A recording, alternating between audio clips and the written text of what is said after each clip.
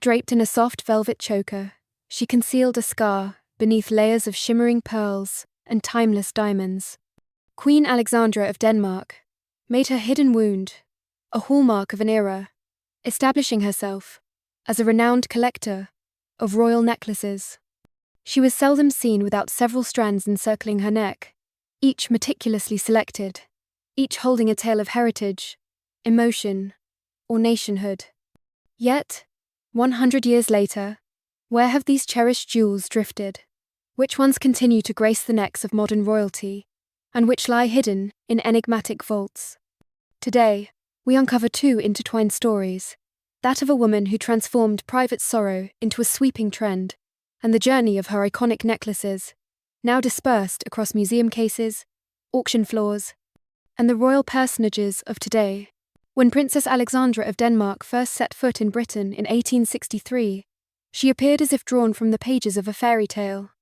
Coming from the unassuming Danish court, known as the Sea King's daughter, her effortless grace and radiant beauty swiftly enchanted a British public still cloaked in grief over Prince Albert's death. She brought a burst of light to the sombre court. Yet, it was her masterful way with jewels that truly distinguished her. She did not simply adorn herself, she wove them into a dazzling display of brilliance and elegance. The Duchess of Marlborough, a contemporary, was struck by her presence at Windsor, describing how diamonds flowed from her neck to her waist. She breathed life into her jewels. But beneath this dazzling public glow lay a private, enduring burden, a scar on her neck from a childhood surgery. The precise origin of her scar remains a minor historical enigma. The most plausible explanation points to surgery for tuberculous lymph nodes, though other theories circulated in her era. What is certain is that this intensely personal vulnerability deeply influenced her public image, and her response reshaped the world of fashion. Rather than merely hiding it, she chose to embellish it with a grace that captivated global audiences. Her hallmark was the choker. In portraits of Alexandra as Princess of Wales, and later as Queen, they are nearly ever present, rows upon rows of pearls, tightly clasped to create a high, radiant collar of glowing gems against her skin. At times 3 rows, at times 6, or even more, this collar de chien, or dog collar, style became her signature, a trend so powerful that it spread among high society from London to St. Petersburg. She often paired these high pearl collars with longer diamond necklaces flowing downward, blending soft sheen with dazzling sparkle in a breathtaking display. Queen Alexandra's passion for chokers extended beyond her iconic pearl strands. As the 20th century began, she adopted the airy, intricate designs of the Edwardian era, often fashioned in stylish platinum. A stunning example is a delicate diamond choker, resembling fine lace, a true gem of the era's preference for elegance and lightness, with its intricate platinum lattice, adorned with sparkling diamond swags and loops. Following Alexandra's passing, this piece, like many of her cherished jewels, faded from public sight for decades, quietly tucked away as a memento of a faded fashion. In 1971, the choker re-emerged into the spotlight. At a gala, a young Princess Anne paid a touching and unexpected tribute to her ancestor by wearing it. Her choice was not merely a stunning selection from the royal vaults, but a deeply meaningful act. Anne, who held great reverence for her family's heritage, deliberately brought back a jewel unseen for 50 years, forging a striking connection to her illustrious great-great-grandmother. This graceful choker, quietly passing from one royal generation to another, serves as our starting point.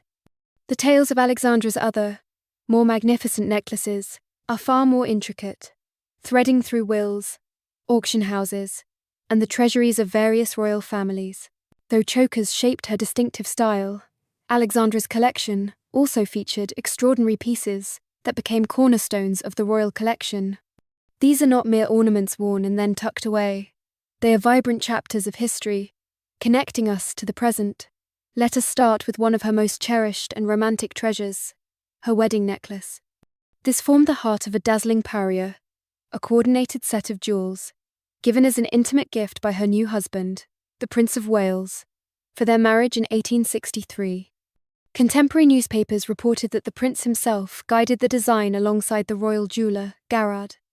The suite was breathtaking, comprising a diamond tiara, bold cluster earrings, a brooch, and the necklace itself a radiant cascade of light, with 8 grand clusters of diamonds and pearls, adorned with detachable pear-shaped pearl pendants.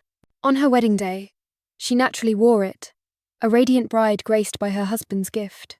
In the years that followed, she frequently returned to it, showcasing her creativity with her jewels.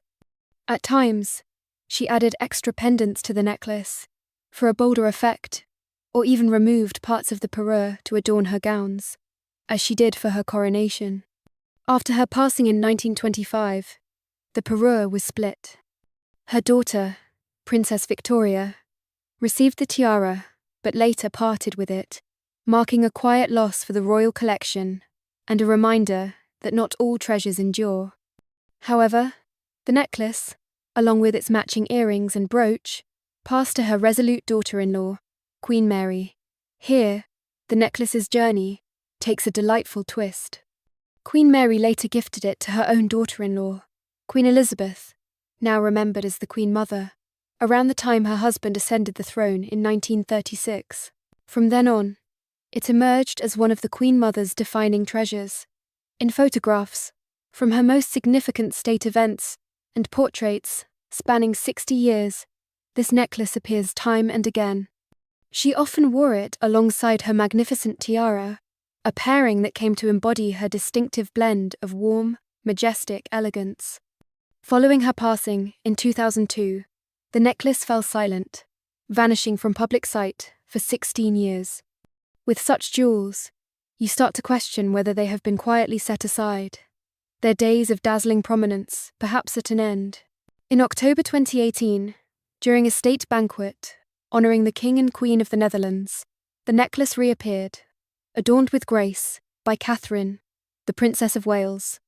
She complemented it with the lover's knot tiara, a storied pearl and diamond treasure with its own deep royal legacy. The effect was nothing short of stunning. It was one of those remarkable, unexpected moments of continuity the royal family excels at, forging a vivid connection from Queen Alexandra to the cherished Queen Mother to the future Queen. This jewel carries a profound history. For those eager to see it in person, it is now showcased at the Edwardians Age of Elegance exhibition at the King's Gallery in London, offering a rare opportunity to view it closely. Shifting from the tender allure of pearls, we now explore the bold, radiant power of diamonds. While the wedding necklace was an intimate gift from her husband, another wedding present reflected her new public stature, a splendid symbol from the nation, the City of London Diamond Riviere. This was no ordinary diamond necklace. It featured 32 exquisite Golconda diamonds, drawn from the fabled mines of India, renowned for their extraordinary, almost liquid clarity and pristine brilliance, placing them among the world's most prized gems. Anchored by a central stone exceeding 13 carats, this treasure, presented by the Corporation of the City of London, held immense worth and prestige, a grand tribute to a future queen. Reflecting her pioneering flair, Alexandra did not always wear it as a conventional necklace. In keeping with her passion for chokers, she often set this splendid Riviere on a black velvet ribbon, wearing it snugly against her throat. On other occasions, embracing her penchant for opulent layering, she let it flow as a longer necklace, its radiant white fire sparkling beneath her signature pearl collars. Following Alexandra's passing, the Riviere was inherited by Queen Mary. Renowned for her love of diamonds, Mary wore it in her distinctive style, often layering it with 2 or 3 other diamond necklaces to create a breathtakingly radiant display. From Mary, it passed to her granddaughter, Queen Elizabeth II, in 1953. Though Elizabeth wore it on certain occasions, such as her final visit to Canada in 2010, it was not among her regular choices, yet its journey continued. Today, this remarkable jewel shines in its 4th generation of royal use, gracing Queen Camilla at some of the most prestigious events on the royal calendar, including the state opening of Parliament. The treasures we have explored, the wedding necklace, and the City of London Riviere, form the core of the inheritance passed from queen to queen consort across generations. Yet, not all of Alexandra's jewels stayed in Britain. Her legacy and gems extended through her children, with a striking example being a stunning choker now held in Norway. Alexandra's youngest daughter, Princess Maud, was a lively, stylish woman, truly her mother's daughter. In 1896, she wed her first cousin, Prince Carl of Denmark, in a powerful dynastic alliance that took an unforeseen path. In 1905, Norway broke its union with Sweden, and through a national vote, selected Prince Carl as its new king. Adopting the name Haakon VII, he ascended the throne, and Princess Maud, born to a British king, became the first queen of a newly sovereign Norway. As Maud began her new chapter, her mother, Queen Alexandra, sought to equip her with a jewel befitting a queen yet steeped in personal meaning.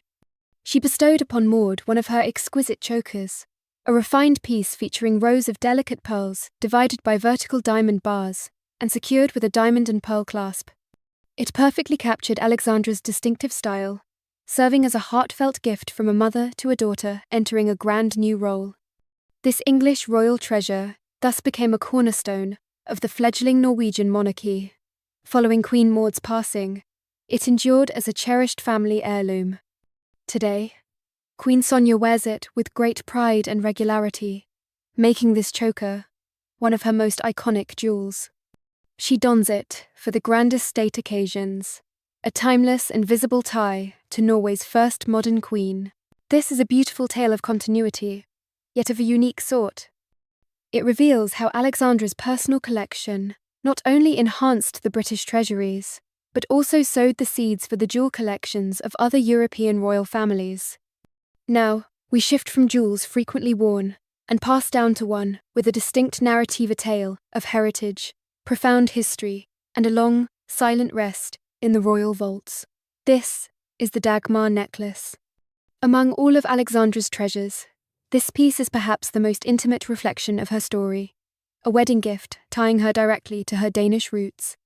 Commissioned in 1863 by King Frederick VII of Denmark, a monarch with a deep love for history and archaeology, he infused that passion into crafting a splendid and deeply symbolic jewel for his heir's daughter. This breathtaking necklace sparkles with approximately 2,000 diamonds and 118 pearls. At its core lies a magnificent pendant, an exquisite enamel replica of the renowned medieval Dagmar cross. The original, crafted in a Byzantine style around 1000 or 1200, was reportedly unearthed in 1683 from the tomb of Queen Dagmar, the cherished first wife of a Danish king from the 13th century. Celebrated in folklore as the epitome of queenship, her cross bore a profound emblem of Danish heritage. King Frederick VII went beyond mere replication, infusing the piece with deeper historical resonance. He enshrined within it a splinter of wood, believed to be from the true cross, and a small fragment of silk from the tomb of the revered King Canute. Far more than a jewel, this is a reliquary, rich with centuries of Danish royal and spiritual legacy. Upon reaching London, the renowned British court jeweller, Garrard, modified this masterpiece, crafting the cross and several large pearl pendants to be detachable. This allowed Alexandra to style it in various ways. In her will, she left it to the crown with a firm stipulation that no part of it should ever be changed. This leads us to its modern tale, which adds to its allure. The last public sighting was on a young Queen Elizabeth II during her state visit to Denmark in 1957, a fitting and deliberate choice for the occasion.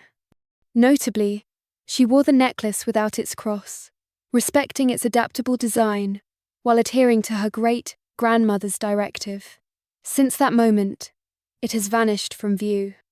For more than 60 years, this extraordinary historical treasure has remained hidden.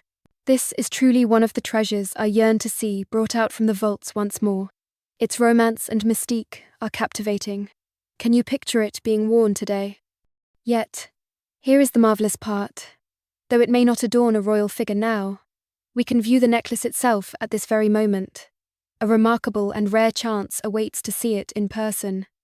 The Dagmar necklace, alongside Queen Alexandra's wedding necklace, is currently showcased at the Edwardians Age of Elegance exhibition at the King's Gallery in London. If you have had the fortune to visit the exhibition, please share your thoughts in the comments. I am certain we would all be eager to hear what it is like to behold such an iconic piece up close. Thus, we have explored jewels that remain prominently visible and those that lie as hidden gems in the vaults. Let us now dive into a captivating tale that unfolds, like a royal mystery, the enigma of Queen Alexandra's Indian necklace. Like the other treasures we have explored, this too was a wedding gift, but it came from none other than Queen Victoria herself. Far from a conventional European design, it was a splendid set of Indian ornaments, featuring a striking 7-row collar, an armlet, and 2 bracelets. Crafted with uncut emeralds, diamonds, and pearls, it showcased intricate enamel work on the reverse, a hallmark of Mughal artistry. Contemporary accounts found it intriguing yet unconventional, noting it as more curious than beautiful, as its gems, in true Oriental style, were not faceted for the European ideal of brilliance. We know Alexandra wore it, as evidenced by iconic photographs from the Devonshire House Ball in 1897, where the grand collar cascaded elegantly over her gown. Yet, it is the necklace's fate, after her passing, that ignites fascination and debate. For many years, the prevailing account, proposed by esteemed jewellery historian Leslie Field, appeared clear-cut. The necklace was inherited by Queen Mary, renowned for her practical and unsentimental approach to reworking jewels to match contemporary styles. According to this theory, Queen Mary had the necklace dismantled in the 1930s. From its parts, she fashioned a stunning new set of pearl and emerald necklaces, presented as a wedding gift in 1935 to her new daughter-in-law, Princess Alice, Duchess of Gloucester. A few small pendants were reportedly crafted from the remaining pieces, and with that, the matter seemed resolved. Case closed. Is the story truly so straightforward? I stumbled upon a compelling alternative theory that prompts a fresh look at the tale. It centers on the pearls and the difficulty of comparing them accurately. We lack many clear, high-quality photographs of Alexandra wearing her necklace to form a conclusive opinion. Yet, upon close inspection, as we can do here, something striking comes to light. The top row of pearls in Alexandra's necklace seems remarkably similar in size to those in the necklace worn today by Brigitte, Duchess of Gloucester. However, the lower strands appear to feature smaller pearls. This sparks an intriguing question. Might the necklace given to Princess Alice, and now worn by Brigitte, have been crafted from a different Indian jewel in Queen Mary's extensive collection? It is quite the enigma, is it not? What are your thoughts when you examine the comparison? It is possible that Queen Victoria's original necklace was taken apart, its valuable gems repurposed in undocumented ways, or perhaps it still exists, whole, its significant provenance simply lost to time. The final chapter of this jewel's tale may yet remain untold. From this enigma of tangled histories, we shift to a narrative with a clear lineage and a delightful modern twist. The story of the Amethyst Suite. It began with a splendid gift to Alexandra from her sister, Empress Maria Feodorovna, and her husband, Tsar Alexander III of Russia. They presented a stunning tiara, adorned with large oval Siberian amethysts nestled in exquisite diamond garlands. Alexandra, deeply fond of amethysts, later commissioned a splendid necklace to complement the tiara. Its ingenious design allowed it to transform into a tiara itself, showcasing her flair for versatility. Regrettably, no photographs exist of Alexandra wearing this necklace, leaving us to imagine its splendor. We do know she wore the tiara, most memorably at her daughter Princess Louise's wedding in 1889, though she replaced the amethysts with sapphires for the occasion. Following her death, the amethyst tiara and its matching necklace passed to that same daughter, Princess Louise, Duchess of Fife. Louise later bequeathed them to her younger daughter, Princess Maud, who became the Countess of Southesk. Thus, a clear line of inheritance ran through this branch of the family. We even know Princess Maud wore both the tiara and necklace at the coronation of her cousin, King George VI, in 1937. Yet, the tale shifts decisively after Princess Maud's death.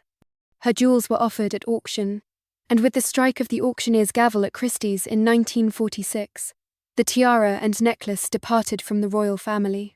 Over the past few years, the necklace has surfaced publicly a few times. It was showcased at the celebrated Tiaras exhibition at the Victoria and Albert Museum in London in 2002 and reappeared in 2007 when it went under the hammer at an auction. It has also graced notable figures such as Kelly Flegger, wife of actor Don Johnson.